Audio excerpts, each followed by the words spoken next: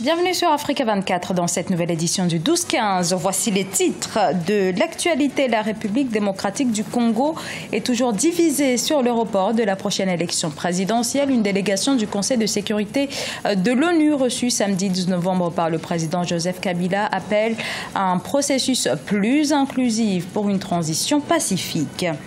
Les Maliens sont appelés aux urnes le 20 novembre pour désigner 12 000 conseillers municipaux à travers tout le pays. La campagne bat son plein pour les partis politiques engagés à l'instar de l'Alliance pour la démocratie au Mali. Le football africain est endeuillé par la disparition ce dimanche à Abidjan de l'international Laurent Pokou à l'âge de 69 ans. Laurent Pokou a longtemps été le meilleur buteur de la Coupe d'Afrique des Nations. Il a également brillé dans les championnats de France au stade Rennais. En République démocratique du Congo, la majeure partie de l'opposition continue de rejeter l'accord sur le report de la présidentielle à avril 2018 au lieu de novembre 2016. Conformément au délai constitutionnel, une délégation du Conseil de sécurité a appelé samedi 12 novembre 2016 toutes les parties prenantes à œuvrer pour une transition pacifique. Oumou Kalsumba. Une délégation du Conseil de sécurité est en République démocratique du Congo depuis le 13 novembre. Objectif, concilier les positions des acteurs du dialogue politique et instaurer un climat favorable à la stabilité du climat sociopolitique.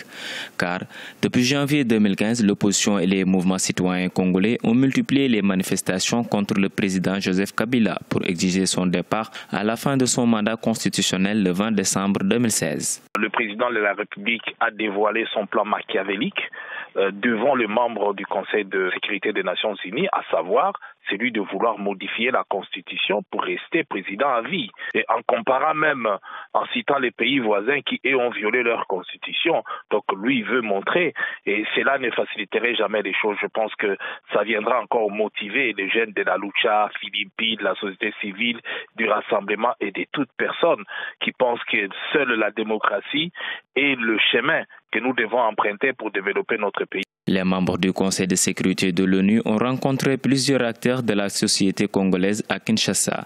L'objectif était de vérifier l'application de la résolution 2277 qui invite la Commission électorale nationale indépendante à publier un calendrier complet révisé couvrant la totalité du cycle électoral. Selon l'exécutif, l'accord politique du 18 octobre doit être considéré comme le référentiel qui doit guider l'action de la communauté internationale pour conduire toutes les parties à un compromis. La position, c'est vrai, elle est très tranchée, mais ce qui est évident, c'est que l'opposition qui n'a pas participé au dialogue a laissé quand même une ouverture. Et l'ouverture, c'est laquelle? C'est que cette personne de l'opposition accepte la voie empruntée par la CENCO, donc qui regroupe l'ensemble des évêques catholiques congolais. C'est là qu'on prouve à suffisance que même cette frange de l'opposition est encore ouverte. C'est question vraiment que l'on puisse comprendre et tenir compte de ces exigences. À ce moment-là, elle aussi pourrait faire certaines concessions et je pense qu'on trouverait un terrain d'entente. Joseph Kabila est au pouvoir depuis 2001 et son mandat expire le 20 décembre. La Constitution lui interdit de se représenter, mais le chef de l'État est resté silencieux sur ses intentions et son avenir politique. Selon les conclusions de l'accord politique, un premier ministre issu de l'opposition doit être désigné dans les prochains jours.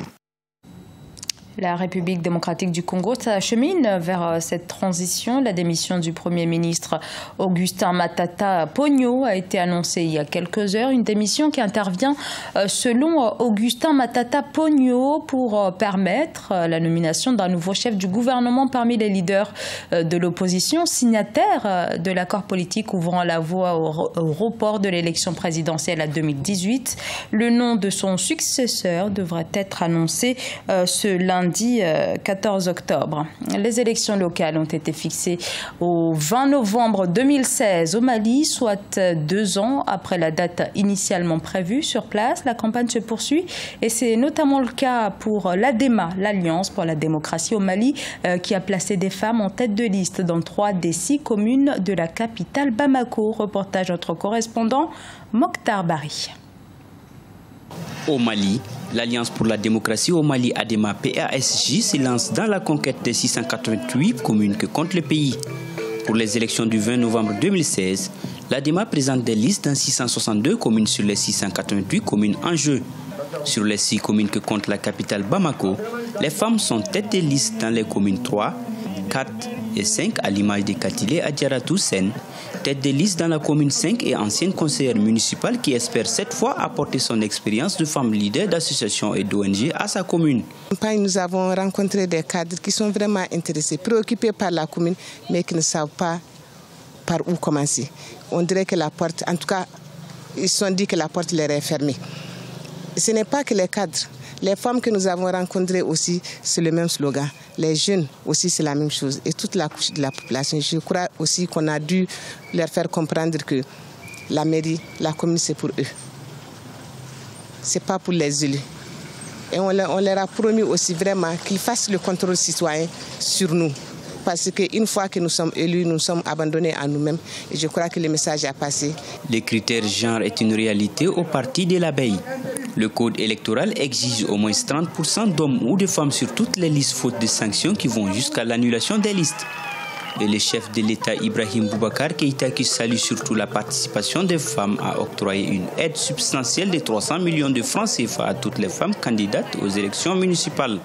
Ce geste est salué par Awa Konaté, une autre tête de liste ADEMA PASJ de la commune 3 de Bamako. Nous saluons le président Ibrahim Boubacar Keïta pour cette initiative parce que partout où il y a les femmes, les enfants y sont. Et quand les femmes sont impliquées dans toute activité, cette activité ne peut que réussir. L'ADEMA, parti de la mouvance présidentielle, a déposé 146 listes dans autant de communes dans la région de Sikasso. 129 listes à Kaï, 115 à Ségou, 107 à Koulikoro, 103 à Mopti. Tombouctou et Gao ferment la marche avec respectivement 42 et 14 listes. Notons que les élections municipales se tiendront le 20 novembre 2016. La Bank of Kigali enregistre en 2016 des bénéfices en hausse de près de 23% par rapport à ceux perçus par la banque au cours de la même période en 2015. Depuis le début de l'année 2016, ces bénéfices sont estimés à 30 millions de dollars. La Bank of Kigali est la plus grande banque du Rwanda avec 32,9% des parts du marché bancaire national.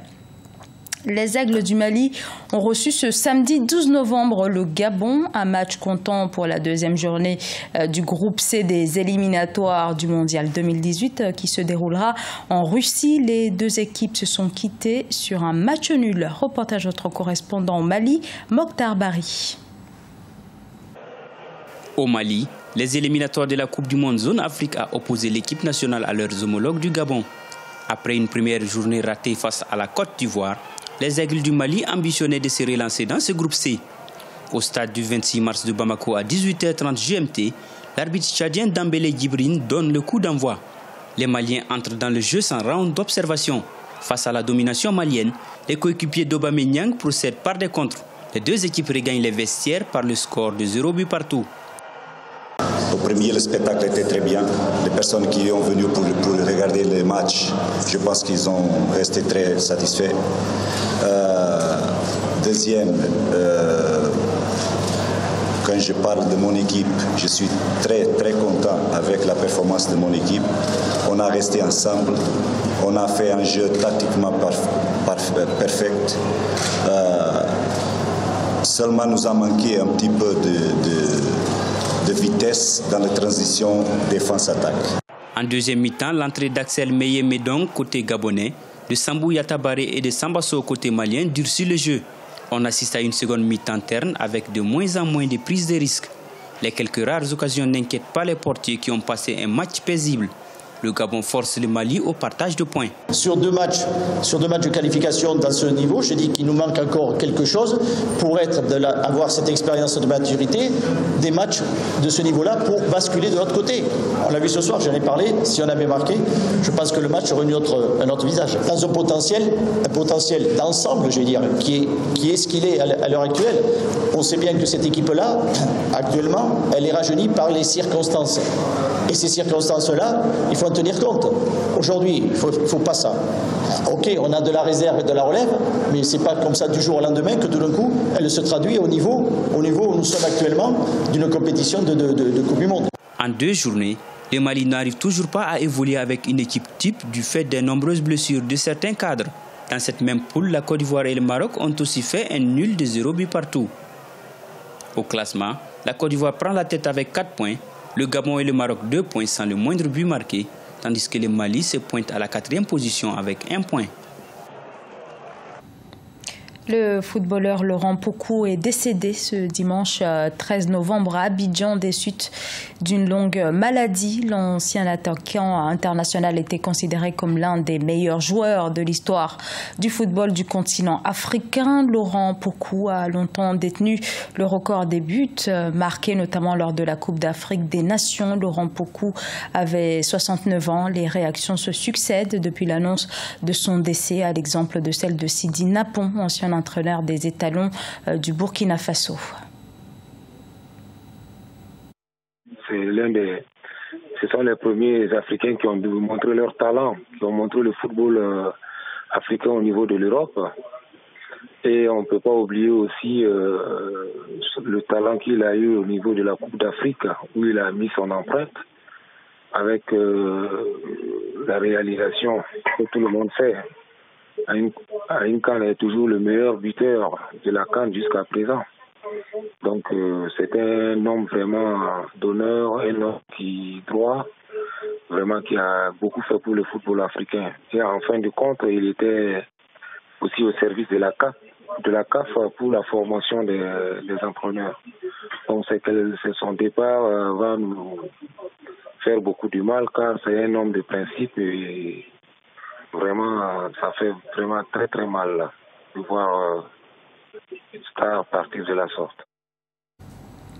Ce journal a été réalisé par l'ensemble de la rédaction. Nous vous remercions pour votre fidélité. Dans un instant, une nouvelle édition de l'actualité sur Africa 24.